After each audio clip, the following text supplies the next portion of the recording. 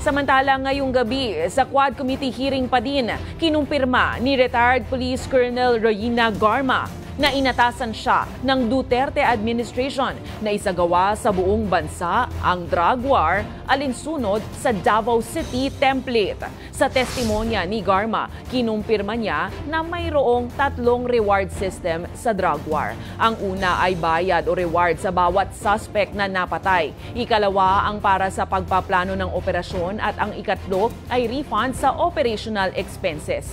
Ikinanta rin ni Garma na mismong si dating Pangulong Rodrigo Duterte umano ang tumawag sa kanya para sa pagbuo ng National Task Force ukol rito. Nire-refund ang operational expenses, tapos may funding din para sa planned operations, ito yung co-plan, tapos may reward din kapag napatay yung suspect. Tama po ba, Mr. Chair? Kapag ang napatay ay isang pusher, yun yung tinatawag na level 1, tapos 50,000 ang reward. Mako-confirm po ba yun ni Colonel Garma, Mr. Chair?